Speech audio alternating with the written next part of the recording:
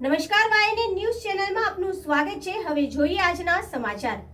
31 ડિસેમ્બરની ઉજવણી પૂર્વે ગાંધીના ગુજરાતમાં પરપ્રાંતમાંથી વિદેશી દારૂની ઘૂસણખોરી શરૂ કરવામાં આવી છે। ગાંધીના ગુજરાતમાં પરપ્રાંતમાંથી વિદેશી દારૂ 31 ડિસેમ્બરની ઉજવણી પૂર્વે ઘૂસણખોરી શરૂ કરવામાં આવી રહી છે। ત્યારે વહેલી સવારે જરોદ પોલીસ મથકના વિસ્તારમાંથી વિદેશી દારૂ વડોદરા ગ્રામ્ય લોકલ ક્રાઇમ બ્રાન્ચે ઝડપી પાડતા જરોદ પોલીસના નાઇટ પેટ્રોલિંગના ધજાગરા ઉડ્યા છે।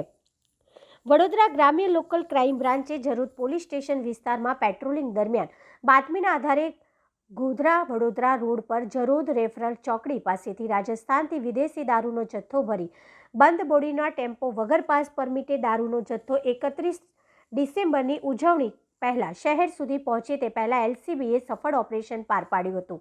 જમ્મુ કાશ્મીરના પારસિંગવાડા ટેમ્પામાં કાળી તાડપત્રીની નીચે છુપાવેલ વિદેશી દારૂની પેટી નંગ 479 જેની કિંમત 25,16,400 તથા મોબાઈલ ફોન કિંમત ₹5,000 તથા ટેમ્પાની કિંમત 10 લાખ મળીને કુલ ₹35,21,400નો મુદ્દામાલ ઝડપી પાડ્યો છે।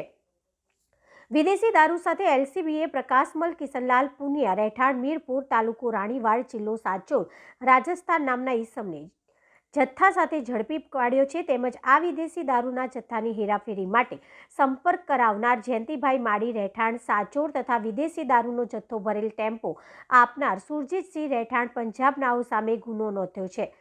વિદેશી દારૂ મંગાવનાર એલસીબીએ તપાસ આરંભી છે। And press the bell icon. Never miss an update.